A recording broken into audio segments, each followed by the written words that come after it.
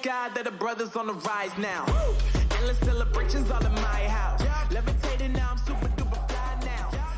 What's up, guys, and welcome to FPL Today. I'm the man in the know, J&O, and welcome to my team Points and Performance, where we go over how I did in Gameweek 17 and start looking forward to Gameweek 18 to figure out what I will do to try and navigate this period where Liverpool and West Ham blank. So if you do enjoy this video, please hit that like button, subscribe and hit that notification bell if you are new to the channel. And before we get into this video, all or any stats that are on this video do come from Fantasy Football Fix, one of the sponsors for this channel. Here's a quick video from them.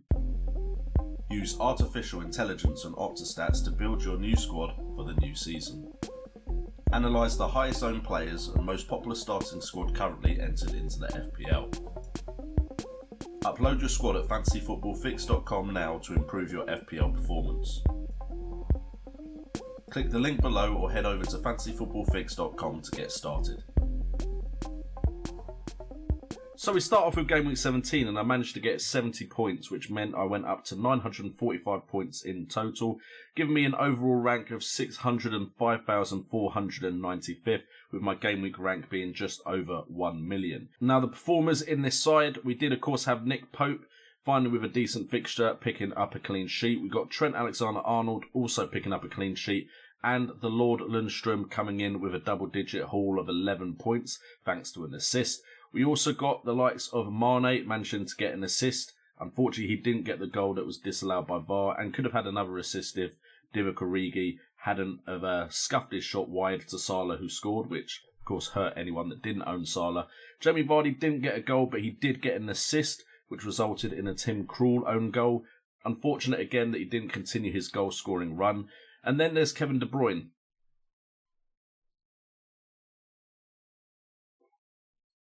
Oh, no, I wasn't the guy that was thinking of selling Kevin De Bruyne. Don't know what you're talking about. So yeah, Kevin De Bruyne with 19 points. Imagine if I'd captained Kevin De Bruyne. That would have been doubled to 38.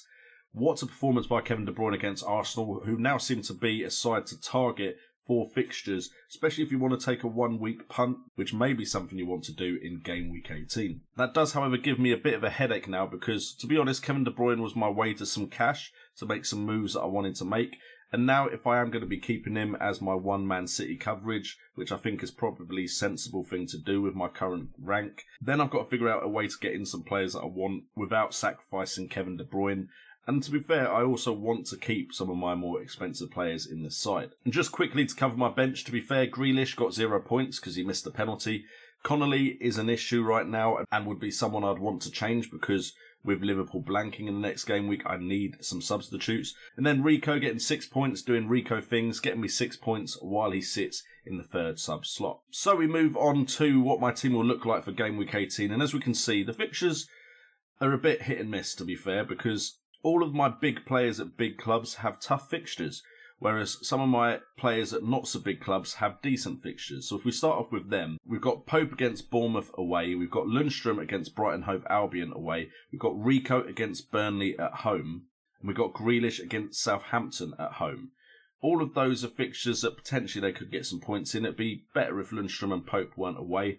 Then we go to my bigger players at bigger clubs. We've got Söyüncü and Vardy against Man City away. We've got De Bruyne, of course, against Leicester at home. We've got the Chelsea boys, Pulisic and Abraham against Tottenham away. And we've got the Spurs boys against Chelsea at home, Aurier and Son. Right now, my captaincy armband is on Son. It does make a big difference to that on who I'm depending to bring in. It's on Son because it's a home fixture against a Chelsea side that look like they are starting a decline in their form, which is why he gets the captaincy armband for now. Kevin De Bruyne gets the vice captaincy. Again, it's Man City at home. I'd fancy them to beat Leicester.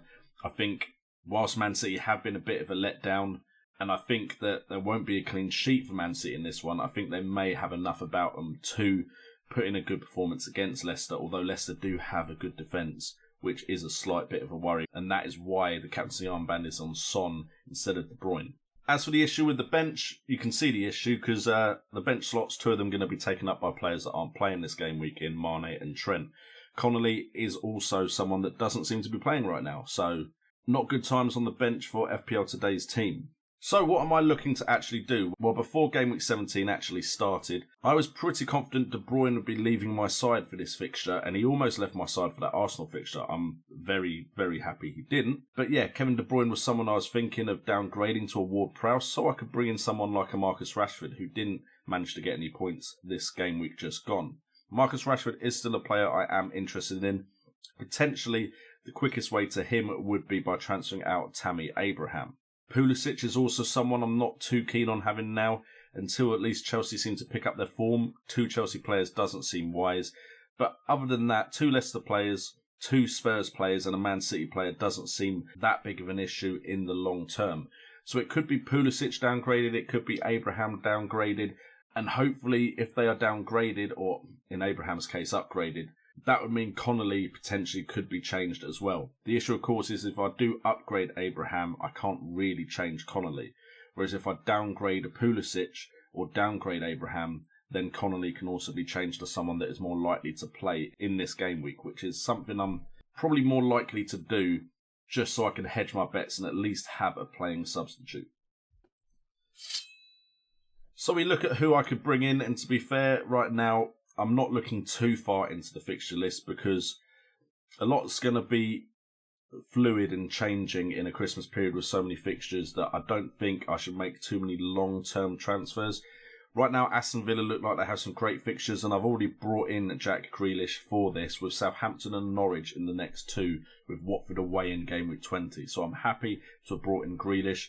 Even though he did sit on my bench for the last 2 game weeks, it seems like a transfer that I made in advance, which should hopefully help me out.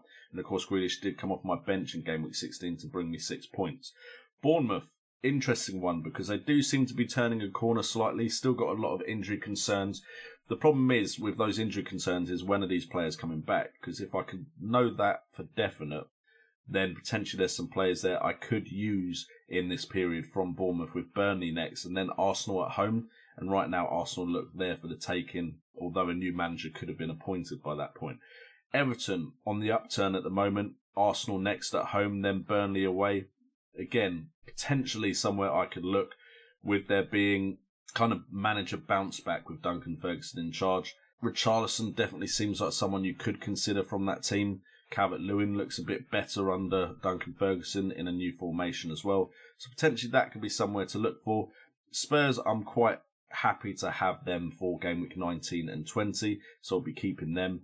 And then Man United under Palace there, although I personally am not interested in Palace players because I don't think they score enough goals that regularly. Man United have Watford away and then Newcastle at home, and then Burnley away in Game Week 20. And it's Marcus Rashford that I want from them, but someone like Daniel James could be the downgrade for a short period of time to a Pulisic, which would allow me to then make some moves elsewhere. Outside of those teams, I don't really see myself making a move on many other options. Southampton would probably be a 1-week punt with Aston Villa next. Brighton Hove Albion have Sheffield United next, so I'm not really too keen to go in there. Wolves have a good Game Week 18 fixture with Norwich. It's just after that, the fixtures get a little bit tough for them. Otherwise, the likes of Jota would definitely be considered. The likes of Jimenez as well, even Moutinho. Just for a small period of time, those players would be useful if Game Week 19 and 20 wasn't so difficult for them. Unfortunately, I believe they have Man City and Liverpool after they have Norwich, which means it's not that good a fixture list for them. So guys, hopefully that has given you an insight into what I'm planning to do in Game Week 18. A very difficult period to navigate because of the tough fixtures and Liverpool blanking. If you have enjoyed this video, again, please do hit that like button. It helps out the channel massively. Also subscribe and hit that notification bell if you are new to the channel. Check out the links in the description down below, including Fantasy Football Fix, the sponsors for this video. I've been JNO, this has been FPL Today, and remember, it's all about the game.